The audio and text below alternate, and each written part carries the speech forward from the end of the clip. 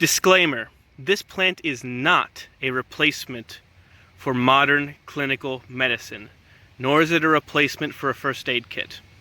The usage of this plant is for relatively minor cuts and scrapes, or where the aforementioned options are not available. Hello everyone, and welcome to another video, where today we'll be talking about one of the few plants that's actually worth talking about when it comes to wilderness medicine. This plant is called common yarrow, and the common is an understatement. This species grows in pretty much all suitable locations in the entire northern hemisphere. There are different subspecies, as far as I can tell, for different continents, but it's the same species around the globe. It has also apparently been introduced into the southern hemisphere in places such as South America, Australia, and New Zealand. The fact that it's so common makes it more useful. Obviously, you can't use it as medicine if you can't find it. The plant is also edible, but I won't go into that too much here. It's more of an herb, and you could use it in a survival situation, but it's not really a staple food. As for its medicinal use, this plant is used to help stop the flow of blood. This fact earns it a spot on the very short list of plants that I actually have first-hand experience using for its medical purpose. Identification for this plant is simple but important. If you take a look at it, it's very much fern-like or fennel-like and has a lot of very small leaves along a center stem.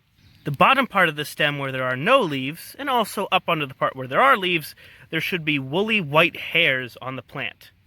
There's a bit of a closer look at the woolly white hairs. These are the main things you want to be looking for when identifying this plant. It should have a lot of leaves closely packed together and have a lot of white woolly hairs on the stem. If it doesn't, don't use it. If it's something that has very few leaves that are sparsely packed and no hairs on the stem, that's not yarrow. That's probably some kind of hemlock, and it will kill you if you try to use it this way.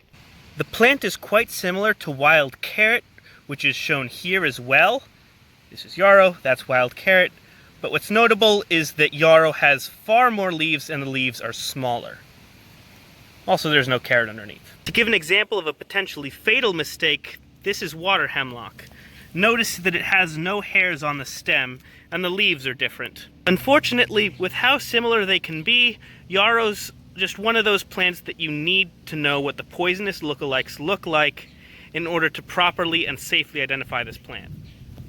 Now, to use this plant in the field, it's fairly simple. All you need to do is take a frond, snap it off right where the leaves start, and crush it in your hand.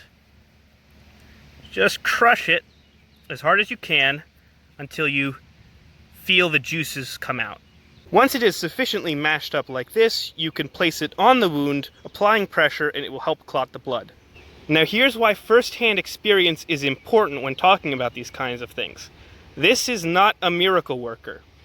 You'll place it on the wound and it'll help the blood clot. It turns it into a sort of glassy, sticky, clotted substance that really seals quite well. But it's, as I said, it's not a miracle worker. You do have to put a lot of pressure on it and keep it on there for quite a while.